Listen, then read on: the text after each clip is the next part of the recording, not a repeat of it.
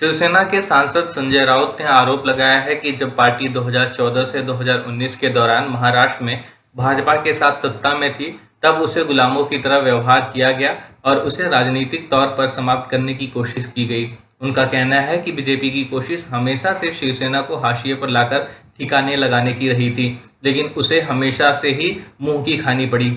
राउत का बयान ऐसे समय में आया जब महाराष्ट्र के मुख्यमंत्री एवं शिवसेना अध्यक्ष उद्धव ठाकरे ने दिल्ली में प्रधानमंत्री नरेंद्र मोदी से कुछ दिन पहले मुलाकात की थी, जिसके बाद से राज्य में राजनीतिक अटकलों का सिलसिला चल पड़ा था। पेट्रोल और डीजल के दाम रिकॉर्ड स्तर पर पहुंचने के बीच पेट्रोलियम मंत्री धर्मेंद्र प्रधान ने रविवार को कहा कि राजस्थान और महाराष्ट्र जैसे कांग्रेस शासित राज्यों को वाहन ईंधन पर करों में कटौती करनी चाहिए। हालांकि इन्होंने इस बात पर चुप्पी साध ली कि क्या भारतीय जनता पार्टी शासित मध्य प्रदेश और कर्नाटक जैसे राज्य भी ऐसा करेंगे, जहां पेट्रोल 100 रुपये प्रति लीटर के पार निकल गया है।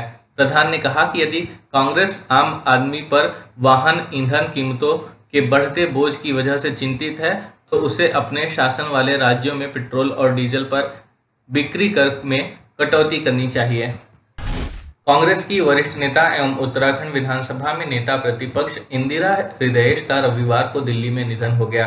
वह 80 वर्ष की थीं। कांग्रेस सूत्रों ने बताया कि वह शनिवार को नई दिल्ली में कांग्रेस प्रभारी देवेंद्र यादव की अध्यक्षता में हुई बैठक में शामिल हुई थी। इंदिरा हृदय के निधन के बाद उत्तराखंड के सियासी गलियारे में शोक की लहर है। तमाम पार्टियों के नेता उनके निधन को उत्तराखंड की राजनीति के लिए बड़ी क्षति करार दे रहे हैं।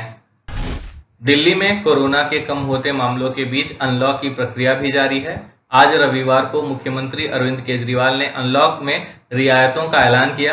दिल्ली में अब दुकानें सुबह 10 बजे से रात 8 बजे तक खुलेंगी। दिल्ली सरकार द्वारा आज जारी गाइडलाइंस में कई रियायतों का ऐलान किया गया। सीएम केजरीवाल ने कहा कि अगर इसी तरह से संक्रमण के मामले कम होते रहे तो सभी की जिंदगी धीरे धीरे पटरी पर आ जाएगी।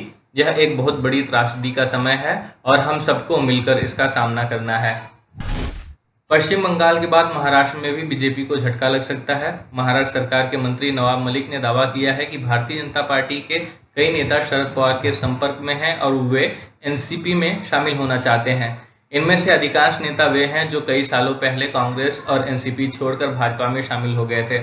एक समाचार चैनल को दिए इंटरव्यू में नवाब मलिक ने कहा है कि मराठवाड़ा के कई बीजेपी विधायक एनसीपी सुप्रीमो शरद पवार के संपर्क में हैं। साथ ही उन्होंने कहा कि जो नेता कई सालों पहले कांग्रेस और एनसीपी छोड़कर बीजेपी में शामिल हो गए थे, वे भी शरद पवार के संपर्क में हैं और वापस से एनसीपी में शामिल होना चाहते हैं।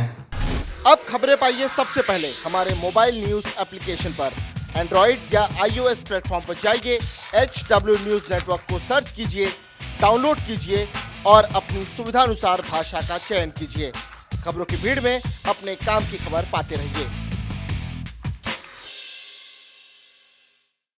अब खबरें पाइए सबसे पहले हमारे मोबाइल न्यूज एप्लीकेशन पर। एंड्रॉइड या iOS प्लेटफॉर्म पर जाइए, HW न्यूज नेटवर्क को सर्च कीजिए, डाउनलोड कीजिए और अपनी सुविधानुसार भाषा का चयन कीजिए। खबरों की भीड़ में अपने काम की खबर पाते रहिए।